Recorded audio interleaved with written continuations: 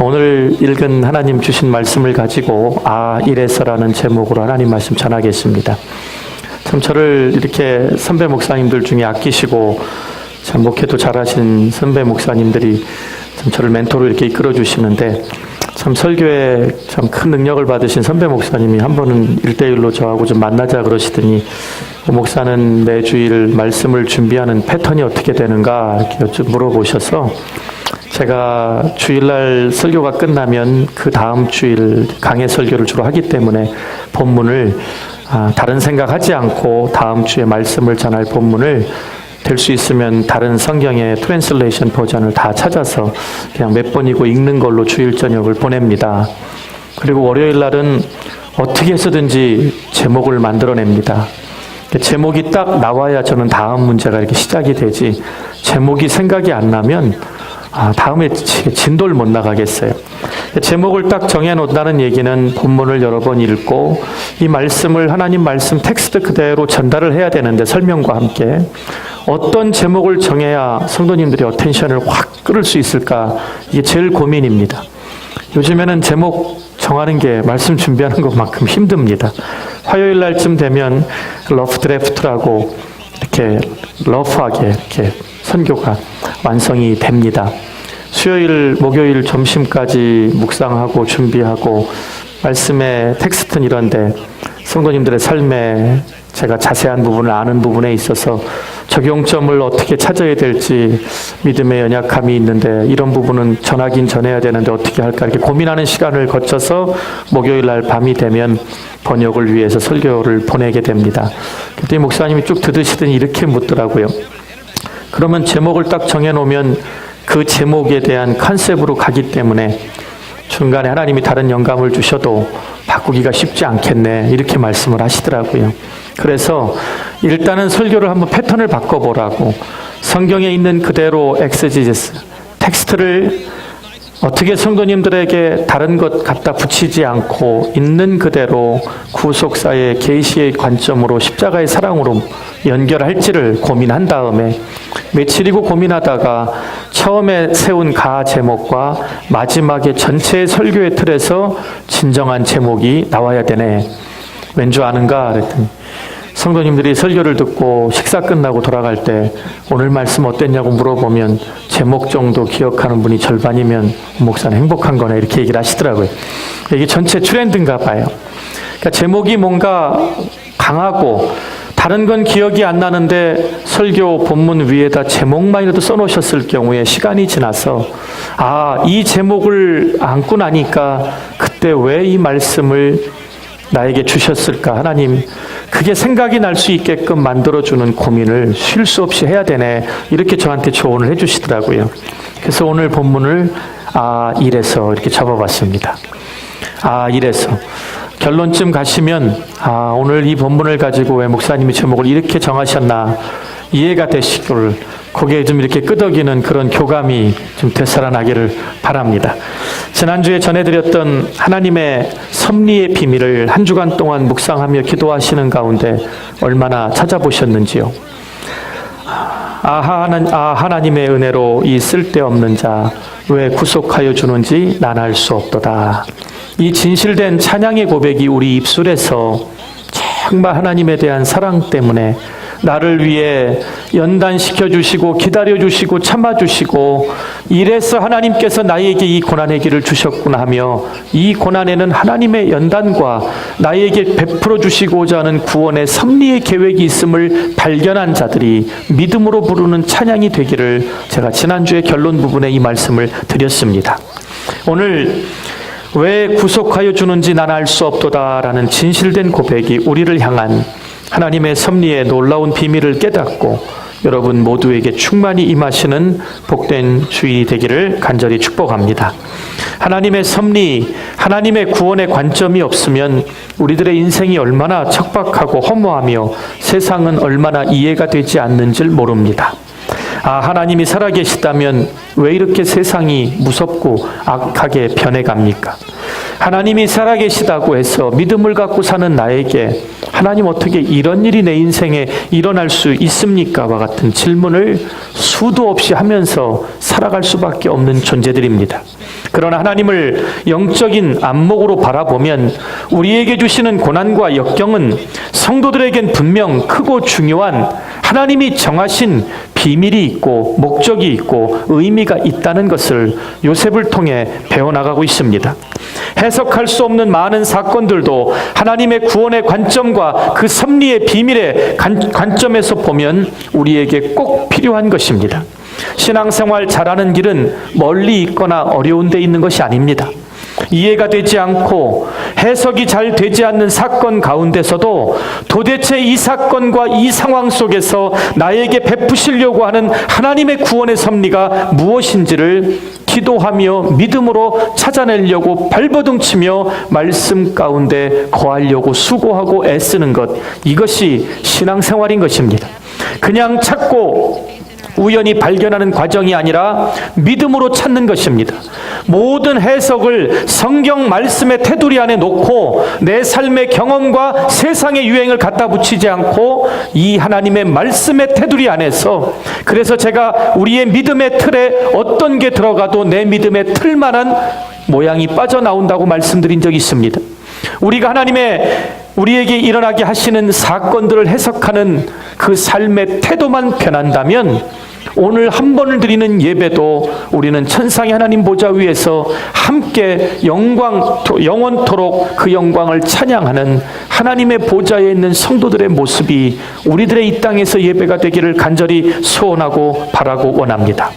오늘 그런 일련의 과정들이 쌓이면서 나도 모르게 인생의 한복판에 일어나는 사건들을 인간적인 시각, 세상의 유행의 시각이 아니라 영적인 시각, 하나님의 말씀에 비추어 해석하는 영적인 성숙을 이루어 나가는 것입니다.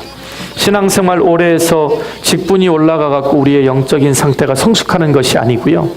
그렇게 일어나는 나의 작은 상황 하나까지도 말씀의 테두리 안에서 하나님이 나를 향한 구원의 섭리의 계획이 무엇인지에 맞춰가면서 찾으려고 노력할 때 나도 모르게 문제가 생기면 하나님 말씀을 갖다 놓고 비교하고 그 말씀대로 해석하려고 하는 노력이 이제는 내가 나도 모르게 영적으로 성숙해서 세상의 작은 일들로 풍파로 흔들리지 않는 견고한 믿음을 갖게 되는 것입니다. 본문을 통해 우리는 요셉에게 그동안 하나님이 주신 꿈을 붙잡는 것, 그 꿈을 간직하는 것, 하나님이 그 꿈을 약속대로 이루어 주시는 것을 소망 가운데 기대하는 것을 배웠고, 44장부터는 그의 내면에 예수님의 사랑과 용서에 대한 마음을 배웠다면 오늘 이런 권자에 앉아서 이야기하는데도 자신의 이야기가 하나님의 약속을 대변하는 것처럼 끝까지 하나님 앞에 겸손했던 겸손함을 배우게 되기를 바랍니다. 겸손함이 요셉을 통해 우리가 배워야 할 성도의 덕목인 것입니다. 요셉은 불평할 수밖에 없고 원망할 수밖에 없는 현실 속에서도 단 한 번도 하나님 왜 나에게 이런 끔찍한 일을 만나게 하셨냐고 따지거나 불평하거나 원망하지 않았습니다. 또한 교만하게 함부로 인생을 해석하지도 않았습니다. 힘들 때마다 하나님이 분명하게 주신 꿈을 생각하고 붙들고 묵상했습니다. 그 꿈을 묵상하면서 인간의 이성으로 해석이 안 되고 풀이가 되지 않는 사건을 억지로 풀려고 상황에 끼워 맞추지도 않았습니다. 그저 묵묵히 하나님의 때를 기다리며 매일매일의 삶을 충실히 살아갔습니다. 매일매일의 영성이 중요한 이유입니다. 하용조 목사님이 큰 영향을 끼쳐서 불안노에서 생명의 삶이 나와서 1000만 기독교인들의 매일매일 큐티 하나님 말씀 묵상하는 길라잡이가 됐죠. 근데 그거보다 먼저 한국교회 센세이션을 일으켰던 큐티 교재가 뭔지 아세요? 매일 성경입니다. 성경은 중요한데 더 중요한 건 매일 성경입니다. 성경은 주일날 한번 갖고 오는 책이 아니라 매일 읽고 묵상하고 내 삶에 적용하는 것. 그래서 매일의 영성이 강한 사람이 가장 영적으로 맑은 사람입니다. 예를 들면 우리가 세상에서 힘들게 바쁘게 부지런히 일합니다. 세상에서 일을 하고 바쁘더라도 우리가 3번을 꼭 챙겨 먹는데 어른들이 뭐라고 말하냐면요, 아무리 바쁘고 힘들어도 때 놓치지 말고 챙겨 먹어라. 아주 영양가가 있는 건 아니더라도 제때에 허기지기 전에 하루에 필요한 영양분을 보충하는 게 얼마나 중요한지 모른다. 이렇게 때를 따라서 잘 먹고 과식하지 않고 몸에 안 좋은 거 먹지 않고 노력하는 사람이 가끔 찬바람 날 때 보약을 해 드셔도 그게 효과가 나는 거지요. 아무리 바쁘고 힘들어서 하루에 한 끼 폭식하고 툭 하면 인스턴트 식품으로 때우고 1년에 한 번 땡스기빙 때 산삼의 녹용을 저먹는다고 우리 몸이 튼튼해지거나 세상을 변화시킬 능력이 나타나는 것이 아닙니다. 우리의 육신의 몸의 건강을 지키는 것도 매일매일의 삶의 생활 이 패턴을 지키고 루틴을 따르는 것이 얼마나 중요한지 모릅니다.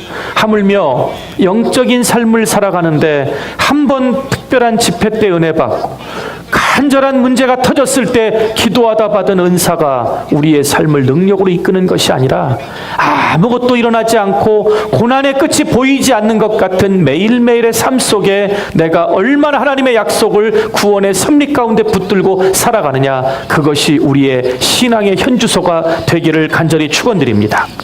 오늘 여기 보면 그저 묵묵히 하나님의 때를 기다리며 매일매일 충실히 살아간 요셉, 하루아침에 종으로 팔려갔더니 보디발이 그를 이스마엘의 상인들에게 산지라. 시간이 지나고 뭐라 그랬죠? 하나님이 요셉 때문에 그의 온 가정에 복을 내리심으로 가정의 모든 재반일을 요셉에게 맡겼더라. 감옥에 내려갔을 때도 끔찍하게 오해를 받았습니다. 은혜를 저버리고 주인의 부인을 겁탈하려고 한 나쁜 놈으로 낙인이 찍혀서 감옥에 갔는데도 변명하거나 하지 않고 하루하루 충실히 하나님 앞에 살았더니 요셉 때문에 온 감옥 안이 평안해졌어. 감옥을 다스리는 간수장이 감옥의 재반 모든 일을 요셉에게 일임하였더라. 하나님이 주신 꿈을 가지고 바로의 꿈을 해석했더니 내가 너보다 높은 것은 이 왕자뿐이니 너의 말이 없이는 이 애굽 땅에 손과 발을 움직일 자가 없으니 네가 바로 이 애굽 땅의 진정한 통치자라. 그렇게 요셉은 있는 자리에서 매일매일의 삶을 충실하게 살아갔습니다. 오늘 이 본문을 보면 이런 자리까지 요셉이 오기가 얼마나 힘들었을까. 꿈을 간직하고 믿음을 지키는 길이 이렇게 힘드니 하나님은 반드시 그 약속을 이루는 데 초점을 맞춰야지 이 높은 권좌에 앉아서 형들에게 아버지에게 가서 지금 내가 누리는 이 영광을 다 말하고 걱정하지 말고 데려오라는 이 이야기의 패턴으로 보면 이 본문을 절대로 올바로 해석할 수 없습니다.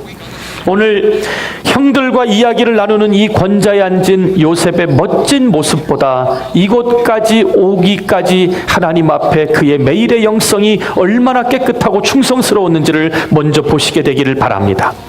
감당하기 힘든 역경이 갑자기 찾아왔을 때도 요셉은 매일매일의 영성을 잃지 않았습니다. 사랑하는 성도 여러분, 모두 매일매일의 영성에서 승리하는 은혜의 복이 있기를 간절히 축복합니다. 성장하지 않는 것 같지만 매일매일 말씀을 붙들고 묵상하시면서 여러분의 믿음은 계속 자라고 있음을 믿으시기를 바랍니다. 매일 묵상과 함께 기도하실 때 여러분 인생에 갑자기 예고 없이 다가오는 큰 위기, 매일 간절히 기도하던 그 기도의 습관이, 말씀을 붙들고 살아가는 그 매일매일의 습관이 그 위기와 역경을 이겨내는 영적인 능력이 되시기를 주의 이름으로 축원드립니다. 여러분, 콩나물 시루에 물 뿌리면 거의 다 쏟아지지요. 제가 어렸을 때 너무 물이 아까워서 다라에다 저걸 받쳐놨으면 하는 생각을 했더니 할머니가 그러시더라고요. 쏟아지는 것 같아도 위로 자랄 만큼은 빨아먹는다고. 그게 물이 고여있으면 다 뿌리가 썩는다고. 우리가 매일매일 마음은 원효대 육신이 연약하여 말씀 붙들다가 지킬 때도 있고 넘어질 때도 있고, 넘어지는 걸 빨리 캐치업하고 하나님 오늘도 이 말씀을 지켜야 되는데 연약했습니다. 다음번 이 유혹에는 넘어지지 않게 달라고 기도하며 내가 그 삶을 살아가고 있을 때 5년, 10년, 20년, 30년 뒤에 내 인생의 발자취를 바라보면 그때보다는 지금 하늘과 땅 차이가 나는 여러분의 믿음의 성숙을 바라보게 되는 은혜가 있기를 간절히 축복합니다. 오늘 우리의 인생이 혈기왕성하고 똑똑하고 이성이 작용할 때는 보이지 않던 하나님의 섭리가 고난을 통과하는 중에 보일 때가 참 많습니다. 가끔 그런 TV도 여러분 보시죠. 일상의 복잡한 도시를 떠나서 한적한 시골에 갔더니 하늘을 보니까 저렇게 별이 많았는지 몰랐었다고. 우리 인생이 그렇습니다. 내가 보고 싶은 것을 보고 내가 원하는 것을 가지려고 살아갈 때는 하나님의 발자취가, 하나님의 은혜의 섭리가 보이질 않습니다. 그러나 고난이라는 연단의 단계에 들어가게 되면 첫째, 심령이 가난해지기 시작합니다. 마음이 비워지고 마음이 청결해지기 시작하면 생각을 하게 됩니다. 내가 어떤 존재였지? 근데 지금 내가 어떤 존재이지? 신앙은 거기서 오는 감사로부터 시작되는 것입니다. 그래서 하나님의 은혜로 이 쓸데없는 자라는 찬송을 부르면 그게 내 삶의 진정한 간증이 돼서 눈물 없이 감동 없이 부르지 못하는 그런 찬송이 돼야 하는 것입니다. 고난을 통과한 다음에 나중에서야 은혜를 깨닫고 하나님께서 이래서 나에게 이런 상황을 주셨구나. 이래서 나에게 눈물과 상처 속에 힘든 시간을 보내게 하셨구나. 이래서 나를 겸손하게 낮추셨구나 하고 겸손한 고백이 흘러넘치게 되는 것입니다. 쓰러질 것 같은데 쓰러지지 않고 끝난 것 같은데 끝나지 않고 계속 가는 인생이 있습니다. 신앙생활 하시다 보면 어떻게 저런 상황에서 곧 넘어질 것 같은데 저러다가 한 번쯤 쓰러질 것 같은데 옆에서 보니까 꿋꿋이 5년, 10년, 20년, 30년 누가 뭐라 그래도 하나님 붙잡고 믿음으로 가는 성도들이 있죠. 제가 이름을 붙였습니다. 계속 가는 성도들. 계속 가는 성도들을 옆에서 지켜보시면 이 하나님의 구원의 은혜의 섭리를 깨달은 맛보아는 그들만의 기쁨이 있는 것입니다. 여러분 모두에게도 그 신앙의 기쁨을 맛보시게 되기를 주의 이름으로 축원드립니다. 내 자아가 무너지고 깨지고 하나님의 영광이 나타나는 그 비밀들을 하나하나 누리시며 살아가시기를 바랍니다. 오늘 지금까지 말씀드린 이 관점이 요셉이 가지고 있던 관점이고, 오늘 우리가 요셉과 다른 세상의 관점을 가지고 있다면 오늘 본문의 말씀을 통해 우리의 관점이 오늘 숭두리째 변혁을 일으키게 되기를 바랍니다. 요셉의 역사를 이해하는 관점은 9절부터 11절까지의 말씀입니다. 형님들은 속히 아버지가 계신 가나안 땅으로 돌아가십시오. 올라가서 아버지를 만나거든 이렇게 말씀하십시오. 죽었던 아들 요셉이 살아서 우리 앞에 나타났는데 아버지에게 이 말을 전하라고 합니다. 하나님께서 나를 애굽 전국의 주인으로 세우셨으니 지체하지 말고 내게로 내려오십시오. 아버지와 아들들과 아버지의 손자들과 아버지의 양과 소와 모든 소유가 다 함께 와서 내 곁에 머물러 앞으로 계속될 5년간의 대흉년을 이곳에서 지내며 이겨내시라고 저희들을 보냈습니다. 이렇게 전하라고 합니다. 그리고 뭐라 그래요? 요셉이 내가 내 아버지를 봉양하리이다. 아버지와 아버지의 가족과 아버지께 속한 모든 사람에게 부족함이 없도록 해주겠다고 약속을 합니다. 여러분 세상에서 사랑도 해보셨고 사업도 해보셨고 가정도 이뤄보셨고 친구도 참 많은 일들을 해보셨는데 이 정도면 됐다 하고 부족함을 못 느끼신 적이 있으십니까? 있으시다면 좀 돌봐드려야 돼요. 우리가 아는 성경의 역사 가운데 가장 부귀영화를 누렸던 솔로몬, 그가 모든 걸 소유했을 때 그의 마음을 바다로 표현했지요. 모든 물은 연하여 바다로 들어와도 이 바다를 채울 수가 없다라고. 하나님이 주시는 은혜와 하나님이 주시는 복 외에는 우리가 부족함을 느끼지 않을 것은 세상에 없는 것입니다. 하나님이 애굽 땅에 나를 주인으로 세우셨으니 아버지와 모든 내 사랑하는 가족들이 이곳에서 흉년을 지날 때에 하나님이 나를 통해 베풀어 주신 은혜를 부족함이 없이 베풀어 드릴 테니 그 하나님의 은혜 가운데 같이 거하자고 아버지와 가족들을 초청하는 요셉의 모습이 오늘 세상을 바라보는 우리의 모습이 되기를 바랍니다. 하나님의 구원의 섭리는 이제 요셉을 넘어서 형들을 넘어서 아버지 야곱에게로 옮겨갑니다. 형들과 가족을 구원하는 것도 의미가 있지만 사실 야곱의 구원이 더 큰 의미가 있습니다. 하나님께서 친히 야곱에게 약속하신 것을 이루시기 위해 이런 구원의 대드라마를 준비하신 것입니다. 오늘 우리가 놓치지 말고 발견해야 하는 점은 바로 요셉의 영적인 통찰력입니다. 아브라함과 이삭과 야곱의 하나님, 그리고 12지파를 통해 하나님의 백성을 세우실 그 놀라운 섭리와 비밀을 요셉을 통해 이루고자 하신다는 것을 이 말씀을 통해 우리는 분명히 깨달아야 할 것입니다. 하나님 아버지의 약속은 어제나 오늘이나 내일도 끊어지지 않고 계속됩니다. 그 다음에 또 재미있는 것이 하나 있습니다. 7년의 흉년은 요한계시록에 등장하는 7년의 대환란을 생각나게 합니다. 이 환란 때에도 하나님은 믿음을 지키며 살아가는 성도들을 지켜주신다라고 약속을 하셨습니다.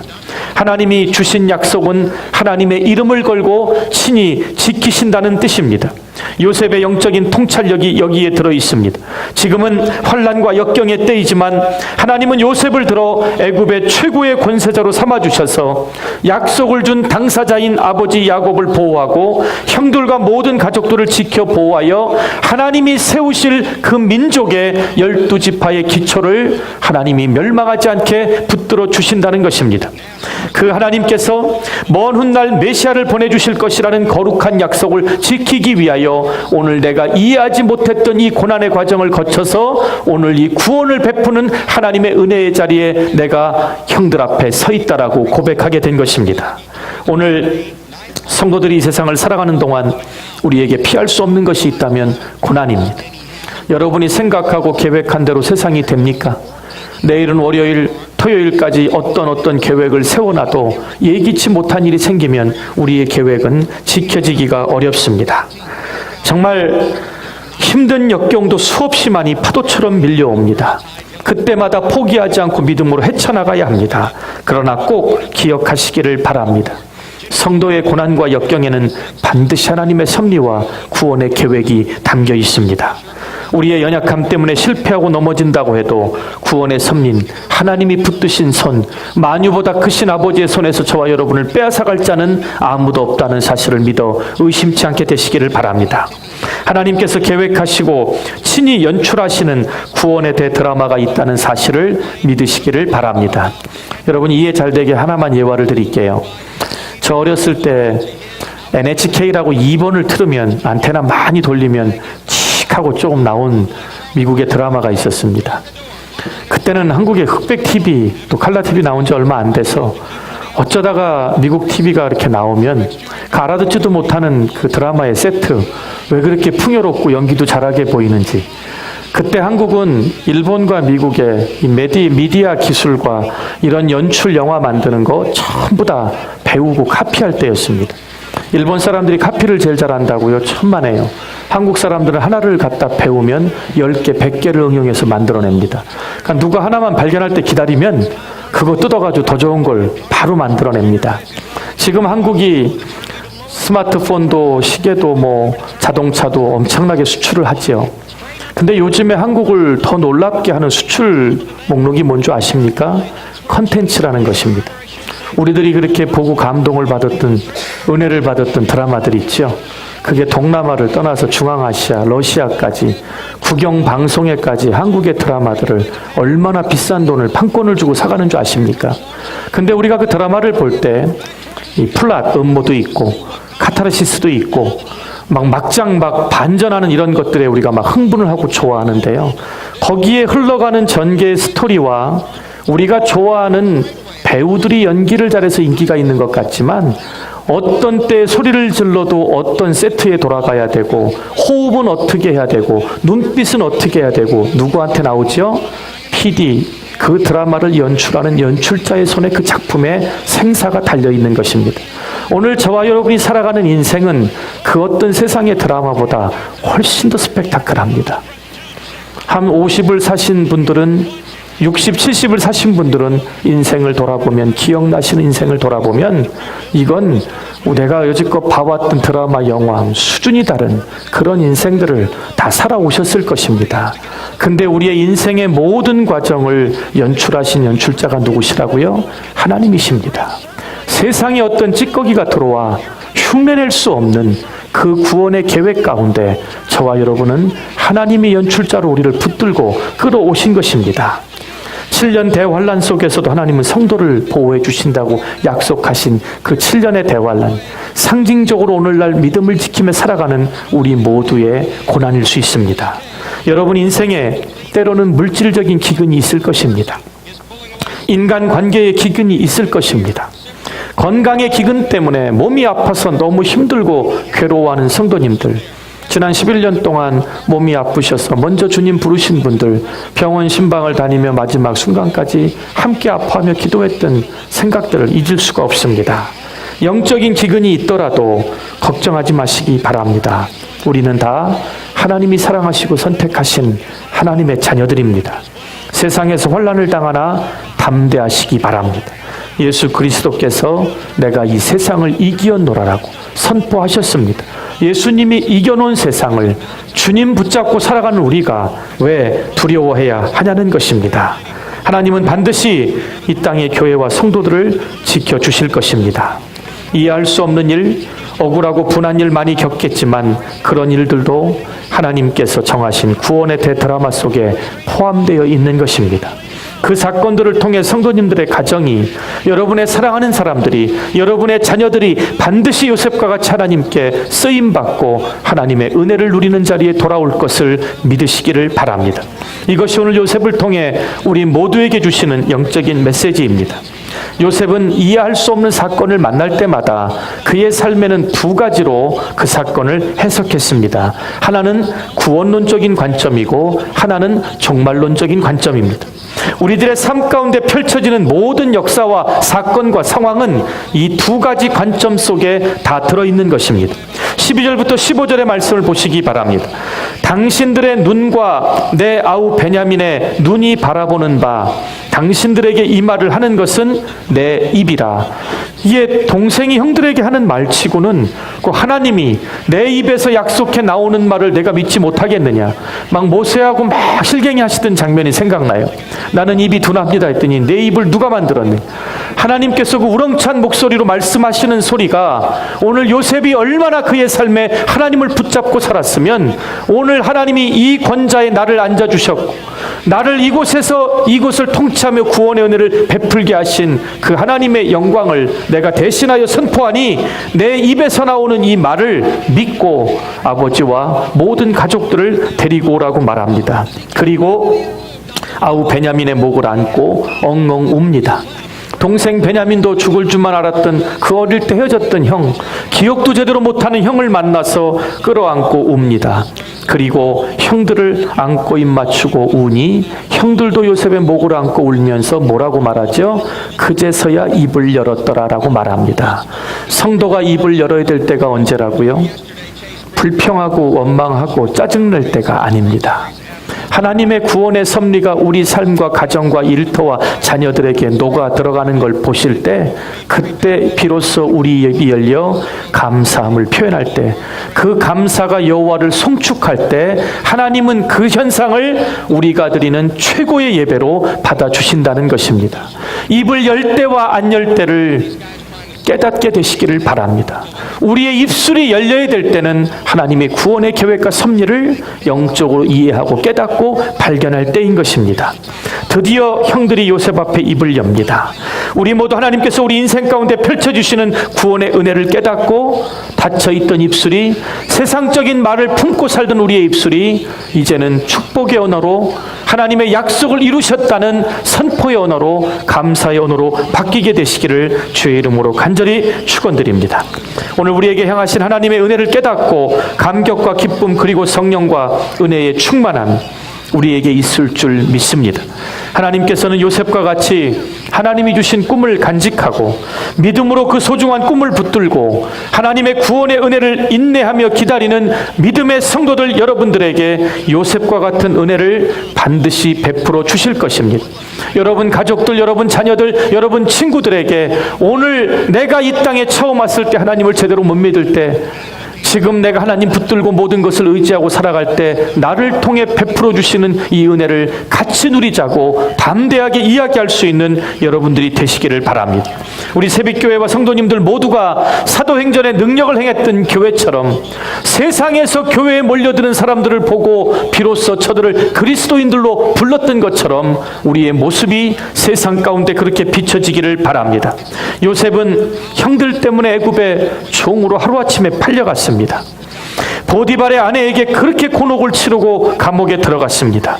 긴 세월을 얼마나 침묵으로 지내야만 했는지 모릅니다. 그러나 그것은 결코 요셉의 인생을 끝장내는 사건이 아니었습니다.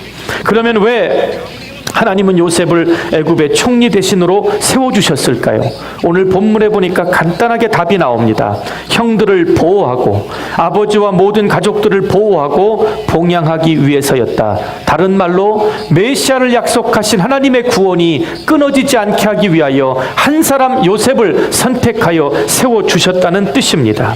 여기에 더 깊은 하나님의 비밀이 숨어 있는 것입니다. 아브라함의 하나님, 이삭의 하나님, 야곱의 하나님께서 우리에게 주신 약속은 하나님 반드시 이루십니다. 우리를 아브라함의 영적인 자녀로 삼아주셔서 성령님을 통해 하나님을 아바 아버지라 부르는 양자의 영을 주셨다는 사도 바울의 로마서 8장의 고백이 오늘 살아있는 우리의 고백이 되시기를 바랍니다. 하나님은 이런 과정을 통해 12지파의 기초를 세워야 되는 이 형편없던 요셉의 형제들을 깨닫고 참회하고 회개하고 하나님이 함께 하시는 요셉 앞에 무릎을 꿇고 하나님이 주신 꿈을 요셉을 통해 이루시는 하나님의 신실하심을 깨닫게 하시고 그 지파대로 하나님의 민족을 세워 나가셨습니다. 요셉이 단순히 형들을 도와준 사건이 아니라는 말입니다. 그리고 요셉이 형들에게 반복해서 하는 말이 있죠. 두려워하지 말라는 말입니다. 오늘 이 말씀이 하나님의 음성으로 들리게 되시기를 바랍니다. 더 이상 두려워 떨지 않게 되시기를 바랍니다. 하나님이 친히 이루실 일을 기대하시기를 바랍니다. 하나님의 은혜만을 바라보는 눈이 되기를 바랍니다.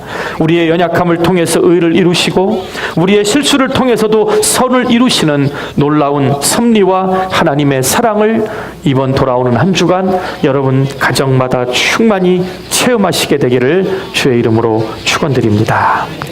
하나님 감사합니다. 이래서 하나님께서 나에게 이런 과정을 허락하셨구나. 늦은 것 같지만 그것을 깨닫는 것이 은혜의 시작.